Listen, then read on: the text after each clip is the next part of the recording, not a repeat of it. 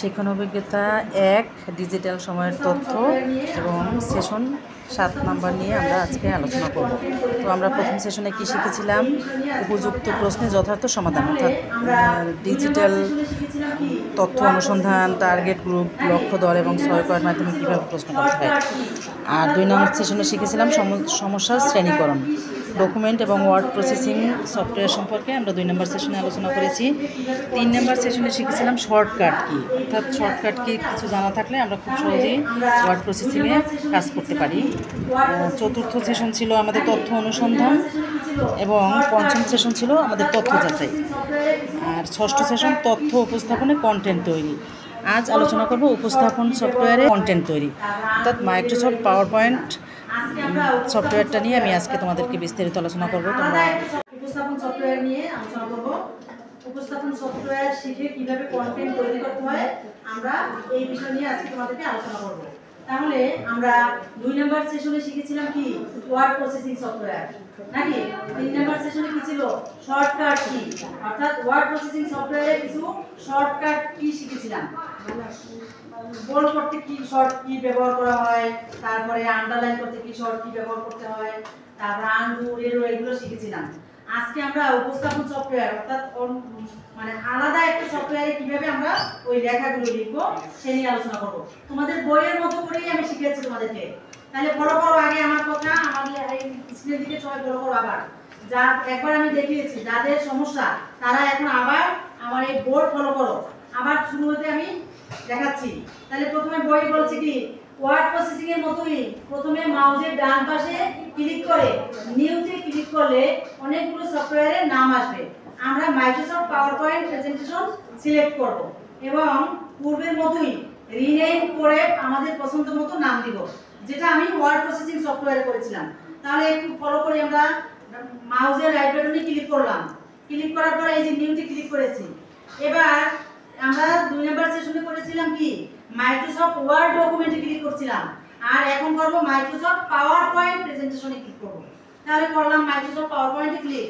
দেখো এই যে আমার মাইক্রোসফট পাওয়ার পয়েন্টের এটা আসছে, এটাকে আমি নাম পরিবর্তন করব। তাহলে আমি কি নাম দেব? তোমাদের যেহেতু ক্লাস 7 এর এইজন্য ক্লাস 7 দিলাম, ক্লাস 7 নাম পরিবর্তন করে 7 বিশাখা এবি দিলাম।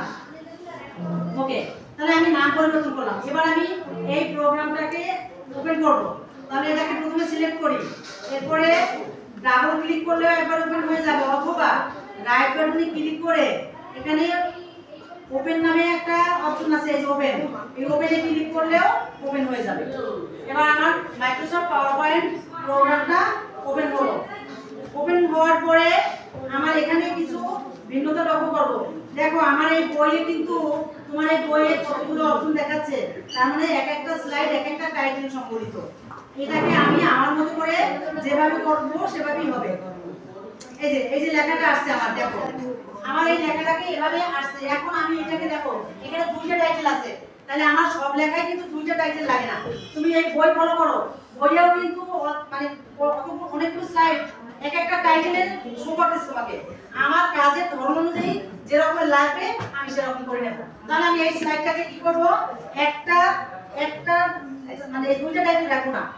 এর জন্য আমাকে কি করতে হবে, এই যে লেআউটে ক্লিক করব। লেআউটে অথবা এই খালি জায়গায় রাইট বাটনে ক্লিক করলেও লেআউট আসছে। এই লেআউটে ক্লিক করলাম, ক্লিক করার পর দেখো এই যে বইয়ের যে পেজটি, দেখো এই যে তোমাদের বইয়ের যে জায়গাটুকু এইটা কিন্তু এখানে এই আসছে, দেখছো সম্পূর্ণ সুপারতেছে এই জায়গাটুকু। এখন এই জায়গা থেকে তোমার যেখান থেকে তোমার যেটা লাগবে সেটা তুমি নিতে পারো। তাহলে আমি সম্পূর্ণটাকে ব্ল্যাঙ্ক স্লাইড নেব। তাহলে ব্ল্যাঙ্ক স্লাইডকে আমি সিলেক্ট করে দেখো এই ব্ল্যাঙ্ক স্লাইড সিলেক্ট করলাম। দেখো আমার সব লেখাটা কিন্তু এই যে স্লাইডটা সম্পূর্ণ ব্ল্যাঙ্ক হয়ে গেল। এবার আমি কি করব, দেখো এইটুকু শিখলাম আমরা। এখন আমরা যেমন ওয়ার্ড প্রসেসিং সফটওয়্যারে এরকম একটা পেজ আনার সাথে সাথে লিখতে পারতাম, এখন আমরা লিখতে শুরু করলেও লেখা হবে না। আমাকে কি করতে হবে, দেখো একটা টেক্সট বক্স আনতে হবে। তাহলে আমি ইনসার্টে ক্লিক করব, ইনসার্টে ক্লিক করে টেক্সট বক্সে ক্লিক করব। টেক্সট বক্সে ক্লিক করার পরে দেখো টেক্সট বক্স ক্লিক করার পর দেখো আমার এটা এই রকমের আকৃতি আসছে। মাউস পয়েন্টারের রংটা একটু পরিবর্তন হয়েছে, খেয়াল করতেছো কেউ? দেখো এখানে কিন্তু এই প্লাস চিহ্নিত নিচে একটু অংশ বাড়তি আছে, এটা কিন্তু নরমাল মাউস পয়েন্টারে ছিল না। এবার আমি এটাকে ড্র্যাগ করে নিয়ে যাই, এটাকে টেনে নিয়ে যাই। এই যে দেখো এখন আমি এই জায়গায় যখন এই অবস্থা হবে তখন আমি লিখতে পারবো। এবার আমি লিখে দেখাচ্ছি। এই লেখাটা তো আমরা ওয়ার্ড প্রসেসিং সফটওয়্যারে লিখছিলাম, তাই না? আচ্ছা, এই যে আমি ওয়েলকাম লিখলাম, ওয়েলকাম লিখলাম। দেখো এখন আমার লেখাটা অনেক ছোট দেখাচ্ছে। এই লেখাটাকে আমি বড় করার জন্য আমরা ওয়ার্ড প্রসেসিং সফটওয়্যারে শিখেছিলাম এটাকে সিলেক্ট করতে হবে। তারপরে কি করব, এটাকে সাইজ থেকে বড় করে দেব, যে সাইজ দেই আমরা। এরপরে যদি আমি চাই যে আমার এই রংটা ভালো লাগে না, আমি রং পরিবর্তন করব। আমরা ওয়ার্ড প্রসেসিং সফটওয়্যারে শিখেছিলাম, এখানেও আমরা রংটা পরিবর্তন করলাম, একটু বোল্ড করে দিলাম। এই গেল আমার, এটাকে সেন্টার পয়েন্টে দিলাম, মাঝখানে নিয়ে আসলাম। এই গেল একটা ধরন। এবার মনে করো আমার এই ওয়েলকাম স্লাইডে আর কিছু লিখবো না, এখানে শুধু ওয়েলকাম থাকবে। আমার আরেকটা স্লাইড আনা দরকার। সেক্ষেত্রে আমাকে কি করতে হবে, বড় বড় সবাই, কিন্তু আগে বড় বড় সবাই, আর সমস্যা হবে না। এরপরে কি করব, আমি এখানে এই অবস্থায় যদি আমি এন্টারে ক্লিক করি তাহলে আমার অটোমেটিক একটা নিউ স্লাইড আসবে। অথবা এই যে দেখো নিউ স্লাইড নামে একটা অপশন আছে, এই নিউ স্লাইড ক্লিক করলাম। ক্লিক করার পর ওই জায়গা থেকে আমি কোনটা নিতে চাই, এই যে দেখো এই স্লাইডের ধরনগুলো দেখাচ্ছে, এই যে স্লাইডের ধরনগুলো দেখাচ্ছে। আমি আমার যে রকমের কাজে উপযোগী স্লাইড নেওয়া দরকার আমি সেটাই ওখান থেকে নিতে পারবো। তাহলে আমি এখান থেকে আবার এইটা নিলাম, এই যে দেখো এখানে আমি আবার একটু এই ধরনের নিলাম, কারণ আমি উপরে স্কুলের নাম লিখবো আর আমি চাচ্ছি যে এই পাশে আমি স্কুলের নাম লিখবো, এখানে ছেলেদের শাখা, ছেলেদের তালিকা করবো, মেয়েদের তালিকা করবো। তাহলে আমার এরকম একটা স্লাইড দিলে ভালো হয়। এই কারণে আমি এটা নিতে পারি। এরকম তোমার কাজের ধরন অনুযায়ী কি রকমের স্লাইড দরকার সেটা তুমি ইচ্ছা মতো নিতে পারো। দেখো এখন যদি আমি একটা নিউ স্লাইড আনতে চাই, এখানে এটা ক্লিক করি, আমার ঠিক ওই একই ধরনের স্লাইড আসবে। এখন মনে করো আমার দুটো লাগবে না, একই রকম স্লাইড, সেক্ষেত্রে আমি এটাকে আবার ল্যাপটপে ক্লিক করে এই যে লেআউটে ক্লিক করে আবার ব্ল্যাঙ্ক করে দিতে পারি। তার মানে আমার এটা আবার ব্ল্যাঙ্ক হয়ে গেছে। দেখছো এইটা কিন্তু এইরকমের। আমার 3 নাম্বার স্লাইডটা ধরো এরকমের, আবার 4 নাম্বারে আমি ক্লিক করি, দেখো আমার কিন্তু আবার সেটা ব্ল্যাঙ্ক হচ্ছে। এটা এমনিতে হয়েছে, আমি এটাকে সংশোধন করে দিচ্ছি, তাই না? তাহলে আমরা আমার কাজের ধরন অনুযায়ী আমি এটাকে সংশোধন বিয়োজন করে আমার যেরকম দরকার আমি সেভাবে করে নিতে পারি।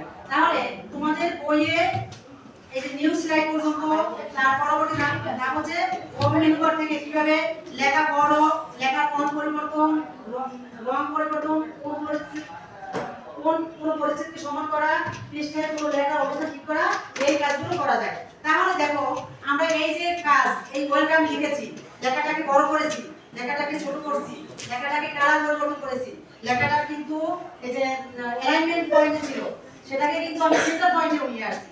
তার মানে এই কাজগুলো সবই আমরা যে ওয়ার্ড প্রসেসিং এ করেছিলাম সব কাজগুলোই এখানে করা যায়।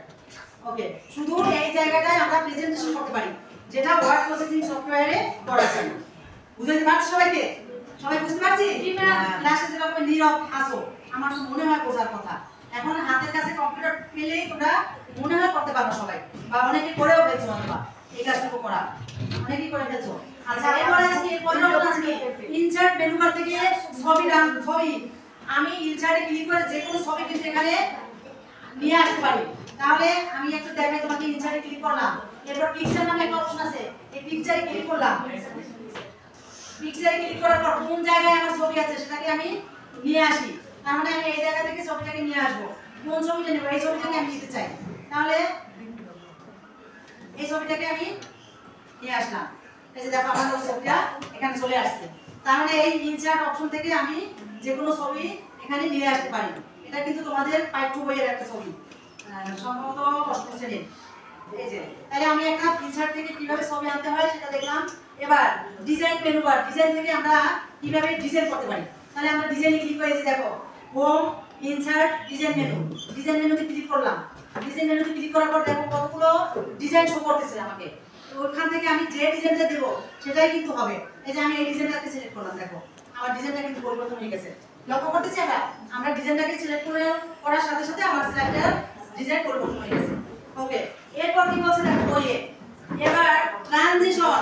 তার মানে ট্রানজিশনে ক্লিক করলে দেখো যে পৃষ্ঠাগুলো যাবে সেই ডিজাইনটা এখান থেকে আমরা করে নিতে পারি। এই ট্রানজিশন করতেছি, এই যে দেখো আমি এই পাখিটা, এই যে পাখির মতো এটাকে সিলেক্ট করলাম। দেখো এই যে পাখিটার মতো আমি যখনই এই ট্রানজিশন করছি তখনই আমার কাগজটা পরবর্তী স্লাইডে আমি যখনই যাব তখন সে ওই আকৃতি হয়েছে। দেখো এবার স্লাইড শো করে দেখাই।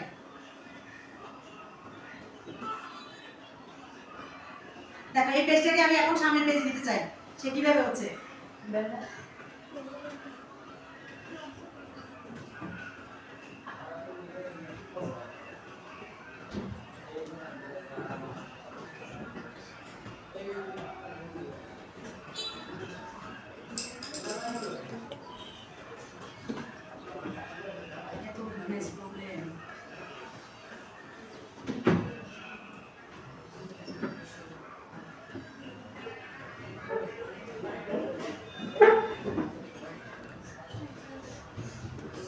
এই যে এই যে এই যে পরে